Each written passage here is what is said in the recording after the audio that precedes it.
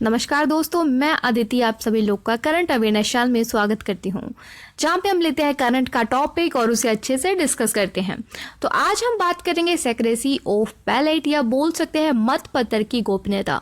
ये एक तरह का वोटिंग मेथड है। इसे बनाया गया था ताकि जो पॉलिटिकल प्राइवेसी है वो मेंटेन रहे। जो वोटर है वो अपनी मर्जी से किसी को भी वोट डाल सकता है। कोई भी पॉलिटिकल पार्टी है उसे फोर्स नहीं कर सकती कि आप किस पर्टिकुलर बंदे को या इस पार्टी को वोट डालिए। इस मेथड को इसलिए बनाया गया था ताकि जो ब्लैकमेलिंग होते हैं वोट करवाते वक्त वो ना हो और ना ही कोई भी वोट है उसको खरीदा जा सके। स्टार्टिंग में जो सेक्रेसी ऑफ बैलेट था ईवीएम से पहले, जैसे रिसेंटली के टाइम में जो वोटिंग के लिए ईवीएम यूज होते हैं। ईवीएम क्या होता है? हमारा इलेक्ट्रॉनिक वोटिंग मशीन को यूज किया जाता है। इससे पहले जो पुराना मेथड था वो था हमारा बैलेट पेपर पे नाम लिख दिया जाता था। एक रूम होता था, उस रूम के अंदर कोई भी नहीं होता था, एक बॉक्स रखा होता, एक सील्ड बॉक्स होता था।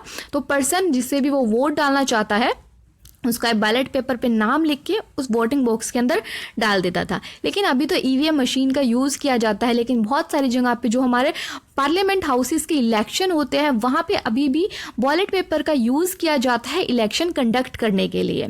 हमारे कॉन्स्टिट्यूशन में जो पार्ट 15 है, आर्टिकल 324 से लेके 329 तक कॉन्स्टिट्यूशन में इसके बारे में बताया गया है कि जब भी कोई इलेक्शन होंगी वो फेयर होने चाहिए, फ्री होने चाहिए, कि आप किसी भी पर्सन को फोर्स नहीं कर सकते हो कि आप किसको वोट डाल रहे हो, और ना उस पर्सन को ये बताने की ज़रूरत है कि वो किसको वोट डाल रहा है। जो आरपीए है हमारा रिप्रेजेंटेशन ऑफ पीपल एक्ट 1951 है, ये प्रोवाइड करता है कि आप इलेक्शन कंडक्ट करवा सकते हो किसी भी पार्लियामेंट हाउस के अंदर।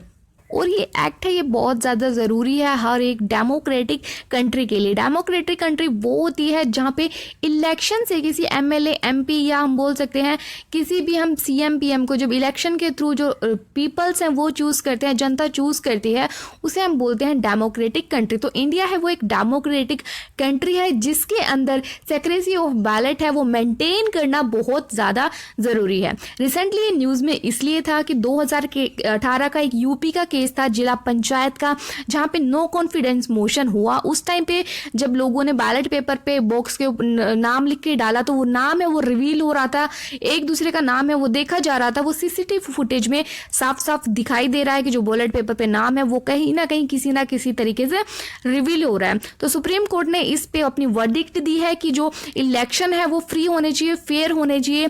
किसी भी वोटर को अपना बताने की जरूरत नहीं है कि वो किसको वोट डाल रहा है, ना ही कोई उसे फोर्स कर सकता। इंडिया एक डेमोक्रेटिक कंट्री है तो सीक्रेसी ऑफ बैलेट मेंटेन करना बहुत ज़्यादा ज़रूरी है। इसलिए जो इलेक्शन हुए थे 2018 के जिला पंचायत के अंदर नो कॉन्फिडेंस मोशन के, अब वो दोबारा से कंडक्ट होंगे with in the 2 months। Hope ये वीडियो आपको यूजफुल लगी होगी। अगर यूजफुल लगी है तो please like, share and comment. Thank you. आपका दिन शुभ रहे और प्लीज़ चैनल को सब्सक्राइब करना ना भूलें।